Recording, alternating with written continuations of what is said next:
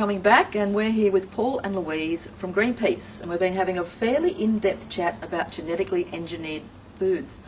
Before the break, you're giving us some wonderful information about what's happening out there, what the governments are doing, and some of the companies, and what people power wants. What's happening on the solution side of this? What's some of the good news that may be happening, or what can people do to help facilitate that good news? Well, the great news in all of this is that we've got a new federal government, whereas the old federal government was resolutely opposed to labelling of genetically engineered food. We believe that there's a real there's a real possibility of movement with the new federal government, and they've also said that they only believe in commercialising genetically engineered crops if there's strong evidence that they are safe for human consumption and safe for the environment, which we believe there isn't adequate evidence of that. So we're obviously going to be lobbying the federal government to reassess the approvals that have been made of genetically engineered crops. And if anyone's out there that does want to take action on the issue, we'd encourage them to sign up to the True Food Network. We've got a network of over 12,000 consumers who are actively campaigning with us against genetically engineered food, and people can sign up to that via our website, which is www.truefood.org.au. And one thing we would encourage people to do is to write to their MPs, both their state MPs and their federal MPs, on the issue, and to let them know that they're deeply concerned about genetically engineered food crops, and that they want them to take action to make sure that they're not grown in Australia. That's excellent, it really is. So if someone is watching, I say that, for someone who is watching and wants to make a difference though, and they go, you know what, I want to make a bigger difference, I actually want to be part of Greenpeace. Swinging over to you, Paul. As the volunteer coordinator, what sort of areas can volunteers get involved in with Greenpeace? There's all different opportunities to volunteer with Greenpeace. There are people who offer their professional skills, photographers, videographers. There are also people who might be designers, journalists who offer their services, advertising agencies who might want to do pro bono work, lawyers who might be interested in volunteering where there's perhaps a test case going to court. You might recall reading in the press about the Anvil Hill decision and how it was challenged because the minister had failed to take into account the climate change impact of the proposed new coal mine. And there was a legal case run, not by Greenpeace itself, but by an activist who was opposed to this new coal mine, and that case was successful, and the minister had to reconsider the climate change impacts of this coal mine. Now, whilst the approval is still on foot, there's still incredible opposition to that coal mine, and there's the possibility of further legal actions. All around the world we're seeing legal action to force bureaucracies to actually deal with carbon dioxide as a pollutant. There was a recent case in the USA where the EPA was forced EPA? The Environment Protection Association in America, agency in America, where they were basically forced through a court case to either regulate because of the science which says what a threat carbon dioxide is to our planet, or to justify why they weren't regulating, why the science was invalid.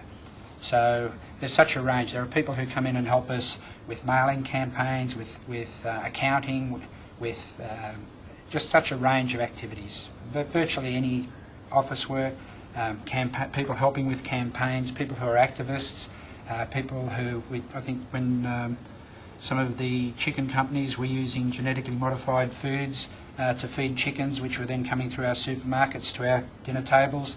There were volunteer activists who campaigned out the front of the particular company's offices, and finally we had a situation where I think all of the major chicken suppliers in Australia undertook not to use genetically engineered feed for their chickens. So that was achieved partly through the staff of Greenpeace and the campaigning efforts of people like Louise, but also through the wonderful work of activists from our communities. Okay. So if let's just say someone is, I don't know, 16 or 96, is there always a role for someone to contribute? I have people come into the office. We had a young girl who came in just last week, to help for a few days. She'd just finished a HSC. She's actually going to go to Peru. She's on an exchange program which has a sort of a charitable or good works component to it. But she wanted to come in and do some work with Greenpeace to get a better understanding of the organisation, but also because she's concerned for the planet, and she can see Greenpeace campaigning about our oceans, about the whales, about the ancient forests, and particularly about climate change. And she simply wanted to be involved. She didn't care what she did. She was happy to open the mail or do photocopying or work with a campaign or whatever anybody needed to do. She just wanted to be part of it because she realises how important this work is. Okay. Well, some of those other areas, whaling for example, I know over the years Greenpeace has had a bit of flack about some of their methods in trying to prevent whaling. What's happening there at the moment? Where are we well, at? I think you talked about we've had a bit of flack over some of our methods. I think it's important to understand in many ways Greenpeace is a very conservative organisation in the sense that, as Lou was saying, the biotech industry wants to insert new genes to create new life forms that have never existed before and put them on our dinner table. Now that to me sounds pretty radical, and Greenpeace doesn't want that to happen. That to me sounds fairly conservative.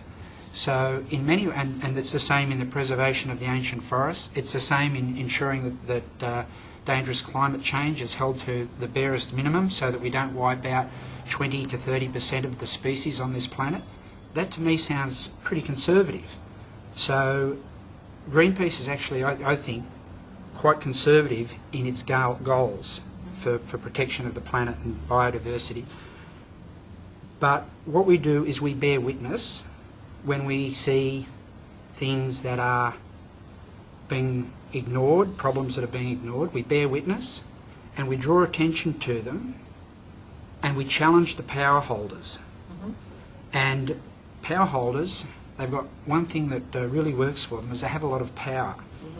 And through that power they can undermine and lobby against things like saving whales or allowing the introduction of GE foods or the cutting down of ancient forests.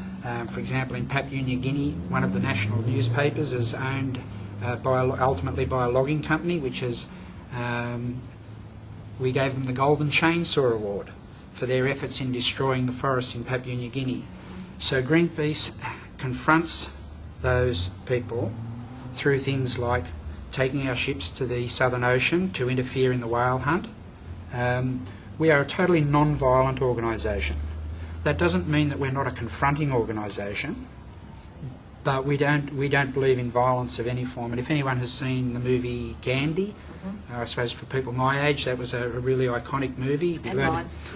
We learned about Gandhi at school, in primary school, and he was all about non-violence, but he was also about taking a stand on issues. And Greenpeace is exactly the same as that. So we're passionate about making sure that there's sustainable fishing, making sure that there are marine reserves so that fish populations can be sustainable in the long term. We're passionate about the preservation of the ancient forests, not only in southeast New South Wales and Tasmania, but we're doing a lot of work in the paradise forests, which are a swathe of forests across the bottom of Southeast Asia, the lungs of Asia, and through into Papua New Guinea. We're also very, very involved in climate change and campaigning against climate change.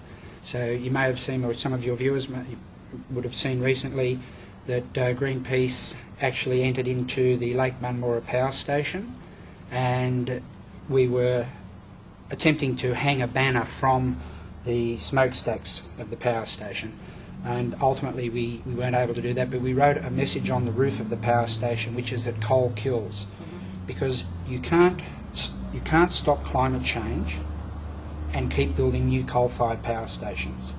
It's one or the other. It's the Great Barrier Reef or it's burn more coal. Yeah. It's Australian farmers, particularly those that are more in the drylands areas, perhaps west of Dubbo and those drier areas. It's sustain agriculture or it's burn more coal. Well, it's that whole thing, isn't it? You're either part of the problem or part of the solution. Exactly. We'll take a